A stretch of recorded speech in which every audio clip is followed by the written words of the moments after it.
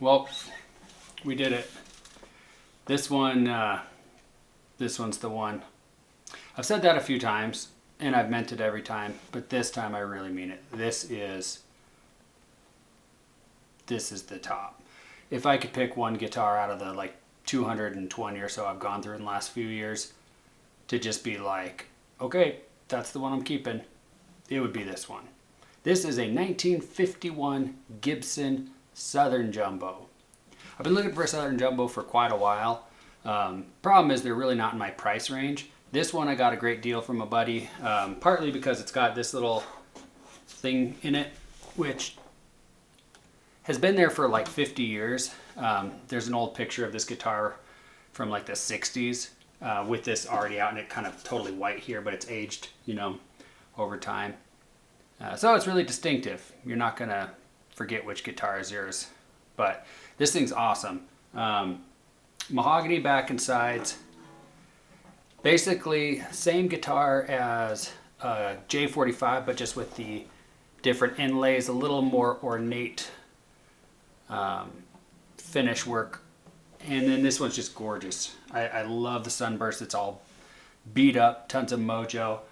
Apparently, the backstory with this guitar is it was played a ton for the first like 30 years, and then basically sat in a case since like sometime in the 1980s.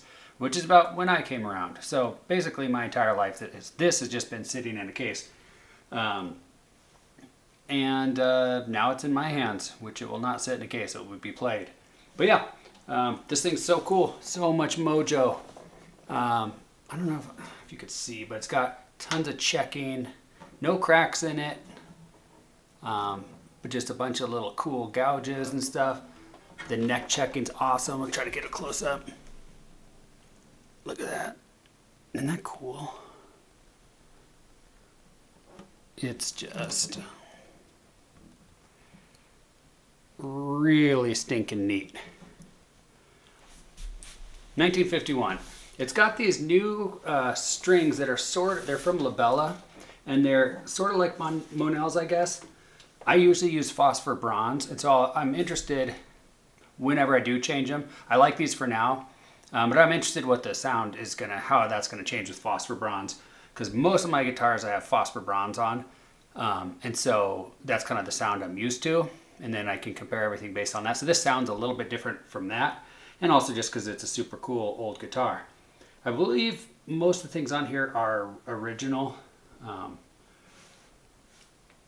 tuners. They're a little bit stiff, but they seem to work really well.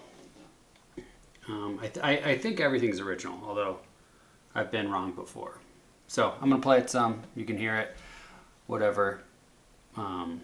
Yeah, the only guitar that really comes close to this as far as like just what I would like in a guitar, I had a 1946 Gibson J45 that had this super dry, woody tone that I loved, but I had to immediately sell it because it needed some work. And it turns out it needed a neck reset, which I didn't know at the time, but because I had the bridge was coming up and stuff, and so I sold it to a guy who could actually do the work on it.